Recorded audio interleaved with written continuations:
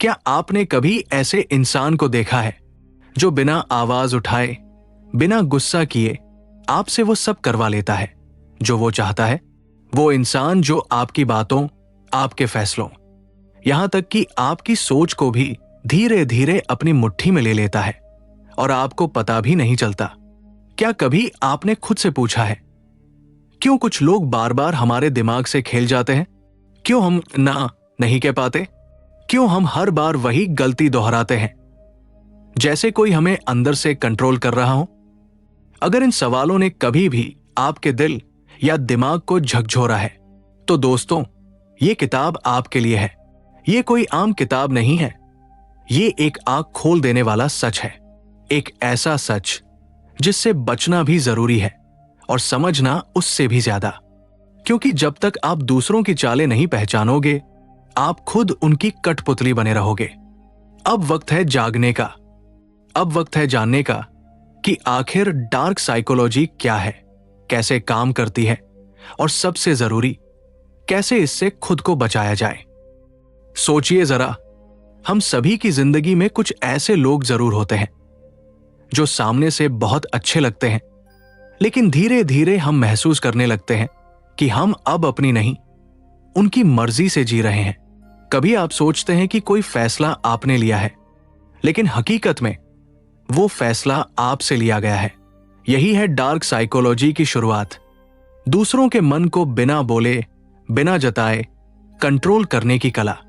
एक उदाहरण सोचिए। ऑफिस में एक साथी बार बार आपकी मदद मांगता है।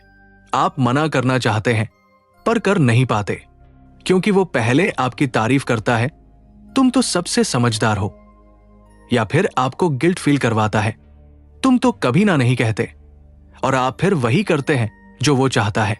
देखा, ये सिर्फ एक लाइन नहीं थी, ये मैनिपुलेशन थी। डार्क साइकोलॉजी की पहली सीढ़ी। जब कोई इंसान दूसरों की भावनाओं, विचारों और हरकतों को अपने फायदे के लिए धीरे धीरे मोड़ने लगता है। कभी ये बहुत सूक्ष्म होती है, जैसे टीवी के एड्स जो हमें ये महसूस कराते हैं कि अगर हमारे पास वो प्रोडक्ट नहीं है तो हमारी जिंदगी अधूरी है। मैनिपुलेटर्स हर जगह हैं, रिश्तों में, दोस्तों में, यहां तक कि सोशल मीडिया पर भी। अब सवाल यह है, क्या आप उन्हें पहचान पाएंगे या फिर एक बार फिर उनकी चाल में फंस जाएंगे? एक दोस्त जो हमेशा तुम्हें अपनी प्रॉब्लम सुनाता है लेकिन तुम्हारी कभी नहीं सुनता। वो तुम्हारे सिंपैथी को इस्तेमाल कर रहा है और धीरे धीरे तुम खुद को छोटा महसूस करने लगते हो। परसुएशन और माइंड कंट्रोल इसके अगले पड़ाव है। जब कोई तुम्हारे ऑप्शंस को सीमित कर देता है, अगर तुम मुझसे प्यार करते हो तो तुम ऐसा करोगे। अब चॉइस बचती ही कहां है? और यही है माइंड कंट्रोल, जहां इंसान खुद ये सोचने लगता है कि वो जो कर रहा है वो उसका खुद का डिसीजन है। सोचो, एक बच्चा जो अपनी मम्मी पापा की फाइट्स देखता है और फिर वही पैटर्न अपनी फ्यूचर रिलेशनशिप्स में दोहराता है। उसे ये समझ ही नहीं आता कि उसका बिहेवियर मैनिपुलेट हुआ है उसके पास्ट एक्सपीरियंस से। हमारे दिमाग में ऐसे पैटर्न्स बन जाते हैं जो हमें ये सोचने पर मजबूर करते हैं कि हमारी फीलिंग्स और डिसीजंस हमारे अपने हैं, लेकिन वो किसी और के प्लांटेड सीड्स होते हैं। और यही होती है डार्क साइकोलॉजी की सबसे खतरनाक चाल। सामने वाला आपको मैनिपुलेट कर रहा होता है और आपको एहसास तक नहीं होता। अब सवाल उठता है, ऐसे में हम करें क्या? कैसे पहचाने कि हमारे साथ मैनिपुलेशन हो रहा है? देख, जिंदगी में हम सब कभी ना कभी ऐसे लोगों से टकराते हैं जो बड़े प्यार से सिंपैथी दिखाकर या गिल दिलाकर हमें कंट्रोल करने की कोशिश करते हैं। ऐसे में सबसे पहले खुद से एक छोटा सा सवाल पूछना शुरू कर। क्या मैं जो सोच रहा हूं वो मेरी अपनी सोच है या किसी और ने मेरे मन में ये बात डाल दी है? अगर कभी कोई इंसान तुझसे बार बार वही काम करवा रहा है जो तू नहीं करना चाहता और तू फिर भी गिल्ट में आकर कर रहा है, तो समझ ले भाई, वहां कुछ गड़बड़ है। तू इमेजिन कर, कोई तुझसे कहे, अगर तूने मेरी बात नहीं मानी तो मैं बहुत हर्ट हो जाऊंगा। अब ये सुनकर तू कंफ्यूज हो जाता है, क्या मैं सेल्फिश हूं अगर मैंने मना कर दिया? बस यहीं से शुरू होती है मैनिपुलेशन की एंट्री। और इसे रोकने का तरीका है पॉज लेना, ऑब्जर्व करना और खुद से पूछना, क्या मैं ये डिसीजन फियर, गिल्ट या प्रेशर की वजह से ले रहा हूं? अगर हां, तो फिर क्लियरली देख, ये तेरी चॉइस नहीं, किसी और की चाल है। ये अवेयरनेस ही पहला कदम है डार्क साइकोलॉजी से बाहर निकलने का। जब तू जान जाएगा कि तुझे गिल्ट दिलाया जा रहा है, सिंपैथी का यूज हो रहा है, या तू बिना वजह बार बार खुद को जस्टिफाई कर रहा है, तो धीरे धीरे तुझे कंट्रोल करना बंद हो जाएगा। और भाई, एक बात हमेशा याद रखना, जो इंसान तुझसे सच्चा रिश्ता रखता है वो तुझे कभी कंट्रोल नहीं करेगा। चैप्टर 2, मानसिक हेरफेर की कला और उसका असली चेहरा। आपने कभी महसूस किया है कि कुछ लोग बड़े आराम से दूसरों के विचारों और फैसलों पर असर डाल लेते हैं, और वो भी बिना किसी जोर जबरदस्ती के? ऐसा अक्सर तब होता है जब कोई व्यक्ति मानसिक हेरफेर यानी मैनिपुलेशन की कला में माहिर होता है। मानसिक हेरफेर कोई जादू नहीं है, ये इंसानी दिमाग की गहराई को समझकर उस पर असर डालने का तरीका है। ये ठीक वैसा ही है जैसे कोई आपके सामने आपकी ही सोच को ऐसे पलट दे कि आप वही करें जो वो चाहता है, और आपको लगे कि ये आपका ही निर्णय था। जैसे आप किसी दोस्त के कहने पर एक महंगा प्रोडक्ट खरीद लेते हैं, सिर्फ इसलिए क्योंकि उसने बड़ी सफाई से आपकी जरूरत और डर का इस्तेमाल किया। इस हेरफेर का एक बड़ा हथियार होता है गिल्ट ट्रिप, यानी अपराध बोध का बोझ डालना। सोचिए, जब कोई कहता है मैंने तो हमेशा तुम्हारा भला चाहा और तुम मुझे ही अनदेखा कर रहे हो, तो सामने वाला व्यक्ति खुद को गलत मानने लगता है, भले ही उसने कुछ भी गलत ना किया हो। यह मानसिक नियंत्रण का सबसे आसान और आम तरीका है। इसी तरह गैस लाइटिंग एक और गहरा हमला है। इसमें इंसान को ही अपने होशो हवास पर शक होने लगता है। उदाहरण के तौर पर मान लीजिए आपको याद है कि लाइट आपने बंद की थी, लेकिन कोई आपको बार बार कहे कि तुम हमेशा चीजें भूल जाते हो, तो धीरे धीरे आप खुद पर शक करने लगते हैं। इस तकनीक से इंसान की आत्मविश्वास की नींव हिला दी जाती है। अब सवाल ये उठता है, क्या हम इससे बच सकते हैं? हाँ, बिल्कुल। सबसे पहली चीज है सचेत रहना। जब भी कोई बार बार आपकी भावनाओं से खेल रहा हो, आपको दोषी महसूस करवा रहा हो, या बार बार खुद को सही साबित कर रहा हो और आपकी सोच को गलत बता रहा हो, तो वहां रुकिए और सोचिए। दूसरा तरीका है सीमाएं तय करना। हर रिश्ते में कुछ हेल्थी बाउंड्रीज जरूरी होती है। अगर कोई बार बार उन सीमाओं को पार करता है, तो ये खतरे की घंटी है। तीसरी चीज, भावनात्मक बुद्धिमत्ता यानी इमोशनल इंटेलिजेंस को बढ़ाना। जब आप खुद को और अपने इमोशंस को समझने लगते हैं, तो कोई और उन्हें आसानी से मोड़ नहीं सकता। एक आखिरी बात, हेरफेर करने वाला व्यक्ति हमेशा कमजोर नहीं दिखेगा। कई बार वो आपके सबसे करीबी लोगों में से हो सकता है। इसलिए सतर्क रहना जरूरी है, लेकिन बिना डर के, क्योंकि डर भी तो उन्हीं का हथियार होता है। चैप्टर 3, भावनात्मक नियंत्रण, जब दिल को मोहरा बना लिया जाए। कई बार हमारे जीवन में ऐसे लोग होते हैं जो हमारे जज्बातों से ऐसे खेलते हैं जैसे वह कोई खेल हो, और सबसे खास बात यह होती है कि हमें पता भी नहीं चलता कि हम उनके खेल में मोहरे बन चुके हैं। इमोशनल मैनिपुलेशन यानी भावनात्मक नियंत्रण कोई जोर जबरदस्ती नहीं होती। ये तो एक मीठा जहर होता है। शुरुआत में सब कुछ बहुत अच्छा लगता है। सामने वाला आपकी हर बात मानता है, आपकी तारीफ करता है, आपको स्पेशल फील कराता है, लेकिन धीरे धीरे वही इंसान आपके फैसलों पर हावी होने लगता है, आपकी भावनाओं को गिल्ट और फियर के जरिए घेरने लगता है। उदाहरण के तौर पर सोचिए, अगर कोई बार बार आपसे कहे कि अगर तुम मुझसे सच्चा प्यार करते हो तो तुम ये करोगे, तो वो असल में आपके प्यार का इस्तेमाल कर रहा है अपने फायदे के लिए। इसमें प्यार की सच्चाई कम और नियंत्रण की भावना ज्यादा होती है। ऐसे लोग अक्सर एक पैटर्न फॉलो करते हैं। पहले तो आपको मानसिक रूप से निर्भर बना देते हैं, फिर आपकी कमजोरी पकड़ते हैं, और जब आप पूरी तरह इमोशनली इन्वेस्ट हो चुके होते हैं, तब आपकी इच्छाओं, फैसलों और सोच पर कब्जा कर लेते हैं। एक रियल लाइफ सिनेरियो सोचिए।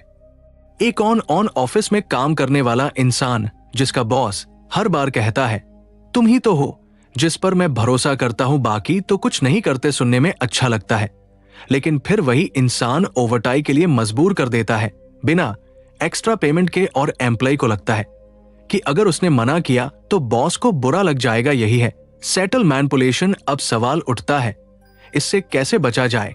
सबसे पहले स्वस्थ आत्मसम्मान बनाए रखें। जब आप खुद की वैल्यू पहचानते हैं तो कोई और उसे मैनिपुलेट नहीं कर सकता। दूसरा, भावनात्मक सीमाएं तय करें। अगर कोई बार बार गिल्ट या इमोशन ब्लैकमेल के जरिए आपको कंट्रोल कर रहा है तो वहां एक क्लियर नो कहना सीखिए। तीसरा, इंटेंशन को पहचानिए। अगर कोई सिर्फ तभी अच्छा व्यवहार करता है जब उसे आपसे कुछ चाहिए तो ये जेन्युइन कनेक्शन नहीं है। और सबसे जरूरी बात, खुद को दोषी महसूस ना करें। दूसरों के इमोशंस की जिम्मेदारी आपकी नहीं है। आपको अधिकार है कि आप ना कह सके बिना किसी अपराध बोध के, क्योंकि जब आप अपने जज्बातों को समझते हैं, पहचानते हैं और उनका सम्मान करते हैं, तभी आप दूसरों को उनकी डोर थामने से रोक सकते हैं। चौथी चैप्टर, नियंत्रण और मैनिपुलेशन के मनोवैज्ञानिक टूल्स। कभी आपने सोचा है कि कुछ लोग हमेशा दूसरों को अपने हिसाब से चलाने में कैसे कामयाब हो जाते हैं? ऐसा नहीं है कि वो जोर से चिल्लाते हैं या खुलकर हुक्म चलाते हैं, बल्कि वो बड़ी चुपचाप, बड़े शांत तरीके से अपने मकसद पूरे कर लेते हैं। इसे ही कहते हैं मैनिपुलेशन थ्रू साइकोलॉजिकल टूल्स। हमारी रोजमर्रा की जिंदगी में कई बार ऐसा होता है कि कोई दोस्त, कोई रिश्तेदार या यहां तक कि कोई साथी भी हमें गिल्ट फील करवाता है, जैसे अगर हमने उनकी कोई बात नहीं मानी तो हम गलत इंसान बन जाते हैं। वो आपको इमोशनली मैनिपुलेट करते हैं, कहते हैं मौन, मैंने तो हमेशा तुम्हारा साथ दिया और अब जब मुझे जरूरत है तो तुमने साथ नहीं दिया। और बस हम खुद को बुरा समझने लगते हैं, चाहे हमने कुछ भी गलत ना किया हो। ये जो गिल्ट का टूल है, ये बहुत पावरफुल होता है। जब कोई इंसान बार बार यही स्ट्रेटजी अपनाता है तो सामने वाला अपनी बाउंड्रीज भूल जाता है। अब चाहे वो इंसान रिश्ते में हो या ऑफिस में, गिल्ट और ऑब्लिगेशन से मैनिपुलेशन शुरू हो जाती है। इसी के साथ आता है गैसलाइटिंग। ये एक ऐसा टेक्निक है जिसमें सामने वाला इंसान आपकी रियलिटी को ही क्वेश्चन करता है। मान लीजिए आपने किसी इंसान से कहा कि उसकी बातों से आपको बुरा लगा, तो वो पलट कर कहता है तुम्हें हर बात में बुरा लगता है, तुम तो ओवरथिंक करते हो, और धीरे धीरे आप खुद को ही डाउट करने लगते हैं। यही है गैसलाइटिंग, जहां इंसान को यह भरोसा ही नहीं रहता कि वो जो सोच रहा है वो सही है या नहीं। इसके अलावा एक और सरल तरीका होता है ट्रायंगुलेशन। यह तब होता है जब कोई इंसान दो लोगों के बीच कंपैरिजन या कंपटीशन क्रिएट करता है ताकि कंट्रोल बना रहे। जैसे अगर बॉस बार बार कहे कि देखो वो वाला कर्मचारी कितना अच्छा काम करता है, तुम भी थोड़ा सीखो, तो इससे एक दबाव बनता है, इनसिक्योरिटी पैदा होती है। यह भी एक मैनिपुलेशन का तरीका है। लेकिन सवाल यह है कि हम इससे बचे कैसे? सबसे पहले हमें खुद को इमोशनली स्ट्रांग बनाना होगा। जब भी कोई आपको गिल्ट फील कराने की कोशिश करे तो खुद से पूछिए, क्या मैंने सच में कुछ गलत किया है? क्या मेरी बाउंड्री सही है? और अगर जवाब आए तो उस गिल्ट को एक्सेप्ट मत कीजिए। सेल्फ अवेयरनेस एक बहुत बड़ा हथियार है। अगर आप रिकॉग्नाइज कर ले कि सामने वाला मैनिपुलेशन की कोशिश कर रहा है तो आप उसमें फंसने से बच सकते हैं। और सबसे जरूरी बात, अपनी फीलिंग्स को वैलिडेट करना सीखिए। अगर आपको किसी बात से बुरा लगा है तो वो वैलिड है, चाहे सामने वाला माने या ना माने। आप अपनी इमोशनल रियलिटी को छोटा मत समझिए। कंट्रोल और मैनिपुलेशन के ये टूल्स एक टॉक्सिक पैटर्न क्रिएट करते हैं, लेकिन जब आप इन्हें पहचानना शुरू कर देंगे तो आप इनसे बाहर निकलने की ताकत भी जुटा लेंगे। चैप्टर 5, इमोशनल ट्रिगर्स, उनका खेल और उनसे बचाव। कभी कभी आपको लगता है कि कोई आपकी बातों पर जानबूझकर ऐसा रिएक्ट कर रहा है जिससे आप इमोशनली डिस्टर्बड हो जाएं। जैसे किसी ने बस एक छोटी सी बात कह दी और आप भीतर तक हिल गए, जैसे गिल्ट, शेम या एंगर अचानक से दिल दिमाग पर छा जाए। इसे कहते हैं इमोशनल ट्रिगरिंग। और यही होता है डार्क साइकोलॉजी का अगला हथियार, इमोशनल ट्रिगर्स का इस्तेमाल। हर इंसान के अंदर कुछ ऐसे जख्म होते हैं जो शायद बचपन से, पुराने रिश्तों से या किसी खराब अनुभव से जुड़े होते हैं। किसी को रिजेक्शन से डर लगता है, किसी को अपमान से और किसी को अकेले छोड़े जाने का। जब कोई इंसान इन डर और जख्मों को पहचान लेता है और फिर जानबूझकर वही चोट करता है, तो समझ लीजिए कि वो इंसान आपके इमोशनल ट्रिगर्स को मैनिपुलेट कर रहा है। मान लीजिए किसी रिश्ते में आपको बार बार ऐसा महसूस कराया जाता है कि आप काफी अच्छे नहीं हैं या आप में कुछ कमी है, तो धीरे धीरे आप खुद को ही कमतर समझने लगते हैं। वो इंसान आपकी इनसिक्योरिटीज को पहचान चुका होता है और अब वो उन्हें यूज कर रहा होता है। आपकी डिसीजंस, आपका कॉन्फिडेंस, आपकी सोच को कंट्रोल करने के लिए। इमोशनल ट्रिगर्स का खेल सबसे ज्यादा काम करता है जब सामने वाला व्यक्ति आपको इमोशनली इन्वेस्ट कर चुका होता है।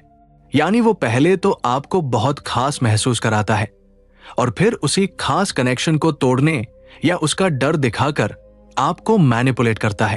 अब सवाल उठता है, हम इससे कैसे बचें? सबसे पहली बात, अपने इमोशनल ट्रिगर्स को पहचानिए। खुद से ईमानदारी से पूछिए कि कौन सी बातें या कौन से टोन आपको हर्ट करती है और क्यों करती है। जब आप खुद को समझेंगे तभी आप पहचान सकेंगे कि कब कोई इंसान आपकी इमोशन से खेल रहा है। दूसरी बात, जब भी कोई आपकी फीलिंग्स को छोटा करके या उसे एग्जैजरेट करके पेश करे तो एक कदम पीछे लीजिए, एक पॉज लीजिए, क्योंकि अक्सर मैनिपुलेशन वही काम करता है जहां हम इंपल्सिवली रिएक्ट करते हैं। सेल्फ रेगुलेशन यानी अपने इमोशंस को कंट्रोल करना इस गेम में आपकी सबसे बड़ी ताकत बनती है। जब आप शांत रहते हैं, रिस्पॉन्ड करते हैं, रिएक्ट नहीं, तो सामने वाले का कंट्रोल कमजोर पड़ने लगता है। और हां, बाउंड्रीज बनाना सीखिए। अगर कोई इंसान बार बार आपकी कमजोरियों पर वार करता है तो उस रिश्ते में एक हेल्थी दूरी जरूरी हो जाती है। आप ये समझ लीजिए कि आपका पीस, आपका कॉन्फिडेंस और आपकी इमोशन हेल्थ किसी भी मैनिपुलेशन से कहीं ज्यादा कीमती है।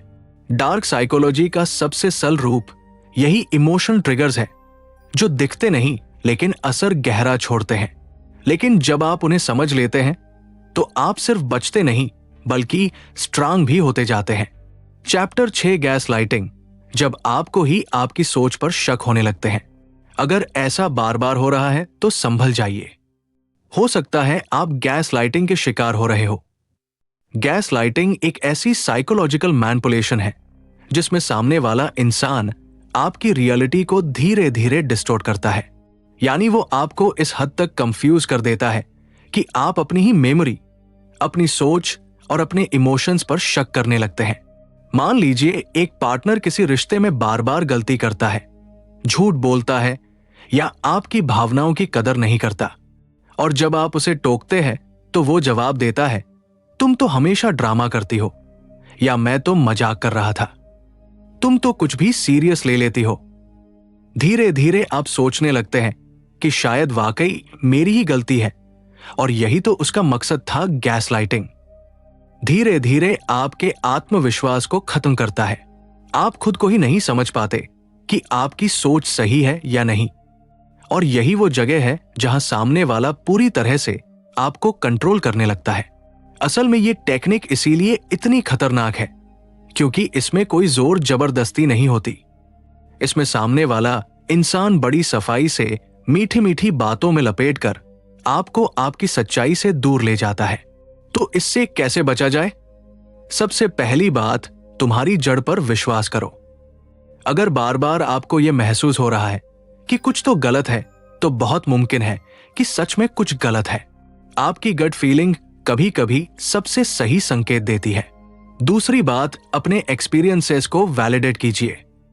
यानी अगर आपने कुछ महसूस किया, देखा या सुना है तो उसे अपने मन से ना हटाइए सिर्फ इसलिए कि कोई दूसरा उसे नकार रहा है। तीसरी बात, अपने आसपास ऐसे लोगों को रखें जो आपको सच्चा फीडबैक दें, जो आपकी बातों को सुने और समझें। जब आप इमोशनली सेफ लोगों से घिरे होते हैं तब आप मैनिपुलेशन को जल्दी पहचान पाते हैं। और आखिर में अपने आप से ये कहने की आदत डालिए, मेरी फीलिंग्स वैध है, जो मैंने महसूस किया वो सच है। ये छोटा सा अमेशन ही आपको गैस लाइटिंग के मेज से बाहर निकलने की ताकत दे सकता है। डार्क साइकोलॉजी का ये तरीका जितना सॉफ्ट लगता है उतना ही गहरा असर डालता है, लेकिन जब आप इसकी पहचान कर लेते हैं तो आप फिर से खुद पर भरोसा करना सीख जाते हैं, और यही सबसे बड़ी जीत होती है। चैप्टर 7 लव बमिंग, जब प्यार हथियार बन जाता है। सोचिए कोई इंसान अचानक आपकी जिंदगी में आता है और आपको ऐसा लगता है जैसे सब कुछ बदल गया। वो इंसान आपको बार बार कॉम्प्लीमेंट देता है, हर वक्त आपकी फिक्र करता है, हर दिन प्यार भरे मैसेजेस भेजता है और कहता है कि उसने आप जैसा कोई कभी नहीं देखा। आप खुद को बहुत स्पेशल महसूस करते हैं, मानो किसी फिल्मी कहानी का हिस्सा बन गए हो। लेकिन क्या ये सब सच में प्यार है या कोई चाल? इसी को कहते हैं लव बमिंग, एक ऐसा तरीका जिसमें कोई इंसान आपको प्यार के जरिए इमोशनली ट्रैप करता है। शुरुआत में ये सब बहुत मैजिकल लगता है, लेकिन कुछ समय बाद ही उसी इंसान का बर्ताव बदलने लगता है। वो आपको गिल्ट फील कराने लगता है, आपकी पर्सनल स्पेस में दखल देता है और धीरे धीरे कंट्रोल करना शुरू कर देता है। लव बॉम्बिंग में सबसे ट्रिकी बात यही होती है कि इसकी शुरुआत में कुछ भी गलत नहीं लगता। आपको लगता है कि आपको कोई सच में बहुत प्यार कर रहा है, लेकिन असल में वो सिर्फ आपको इमोशनली डिपेंडेंट बना रहा होता है। ये डिपेंडेंसी ही उसके कंट्रोल का रास्ता बनती है। अब ये कैसे समझे कि प्यार सच्चा है या लव बॉम्बिंग? अगर कोई इंसान आपको वक्त दे रहा है, प्यार कर रहा है, ये अच्छी बात है। लेकिन अगर वो हर समय आपको इमोशनली ओवरवेल्म कर रहा है, बार बार ये जताने की कोशिश कर रहा है कि तुम्हें सिर्फ मेरी जरूरत है या मैं ही हूं जो तुम्हें समझ सकता हूं, तो थोड़ा रुककर सोचना चाहिए। असली प्यार धीरे धीरे बढ़ता है। वो आपको समय और स्पेस देता है। वो आपको इंडिपेंडेंट देखना चाहता है, ना कि आप पर अपनी पकड़ मजबूत करना। लव बॉम्बिंग में शुरुआत के प्यार भरे जेस्चर्स का मकसद होता है मैनिपुलेशन, और जब आप उसके झांसे में आ जाते हैं तब असली खेल शुरू होता है। फिर सामने वाला आपको गिल्ट में डालता है, इमोशनली ब्लैकमेल करता है और आपके डिसीजंस को इन्फ्लुएंस करता है। रियल लाइफ में भी कई लोग ऐसे मिलते हैं, दोस्त, पार्टनर या यहां तक कि परिवार के सदस्य, जो किसी ना किसी रूप में लव बॉम्बिंग करते हैं। जरूरी नहीं कि ये हमेशा रोमांटिक रिलेशनशिप में ही हो। तो इससे बचने का तरीका क्या है? सबसे पहली बात, किसी भी नए रिश्ते में थोड़ी समझदारी जरूरी है। अगर कोई इंसान शुरुआत से ही बहुत ज्यादा इंटेंस लग रहा है तो थोड़ी दूरी बनाकर ऑब्जर्व कीजिए। दूसरी बात, अपने आप को ये याद दिलाइए कि आपका सेल्फ वर्थ किसी और के अटेंशन से तय नहीं होता, आप खुद में पूरे हैं। तीसरी और सबसे जरूरी बात, बाउंड्रीज बनाइए।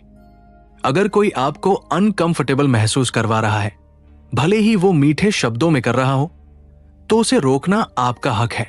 डार्क साइकोलॉजी के इस तरीके को पहचानना आसान नहीं होता, क्योंकि ये प्यार की शक्ल में आता है।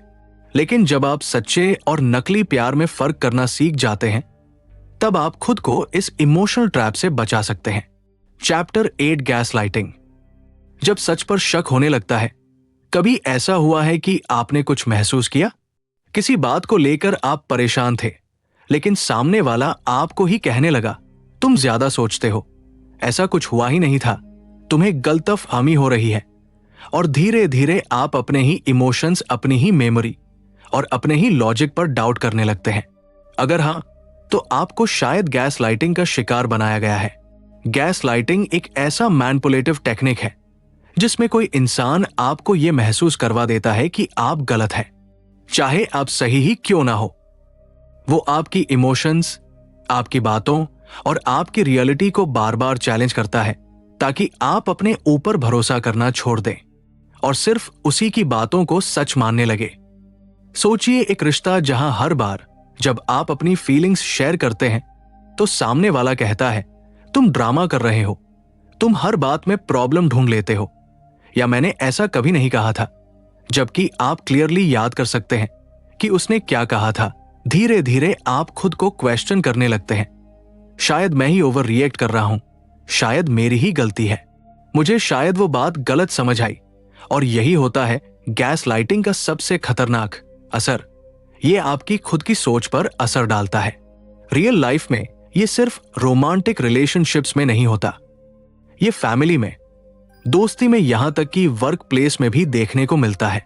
जैसे बॉस कहे तुम्हें इंस्ट्रक्शंस दिए ही नहीं थे, जबकि आपने क्लियरली ईमेल पढ़ा था।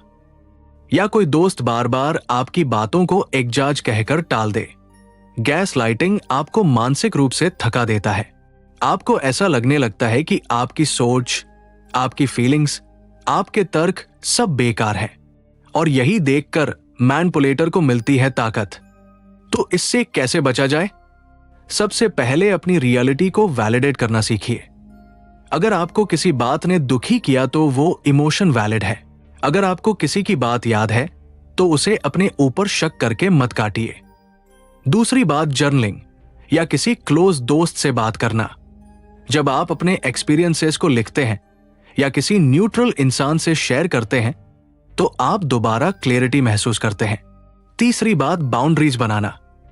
अगर कोई बार बार आपकी बातों को इनवैलिडेट कर रहा है तो उसके सामने असर्टिवली बोलिए, मैंने जैसा महसूस किया वो मेरे लिए सच है, चाहे आप उसे माने या नहीं। और सबसे जरूरी बात, अपने इंट्यूशन पर भरोसा कीजिए। अगर किसी इंसान के साथ रहते हुए आप बार बार कंफ्यूज्ड, लॉस्ट या गिल्ट में महसूस करते हैं तो वो रिलेशनशिप सही नहीं है। गैस लाइटिंग का असर डीप होता है, लेकिन जब आप इसे पहचान लेते हैं तो आप इसे तोड़ सकते हैं। खुद पर भरोसा करना, अपने इमोशंस को एक्सेप्ट करना, यही पहला कदम है इस साइकोलॉजिकल मैनिपुलेशन से बाहर आने का। चैप्टर 9, भावनात्मक काला धमकी। जब प्यार की आड़ में डर बिठाया जाता है।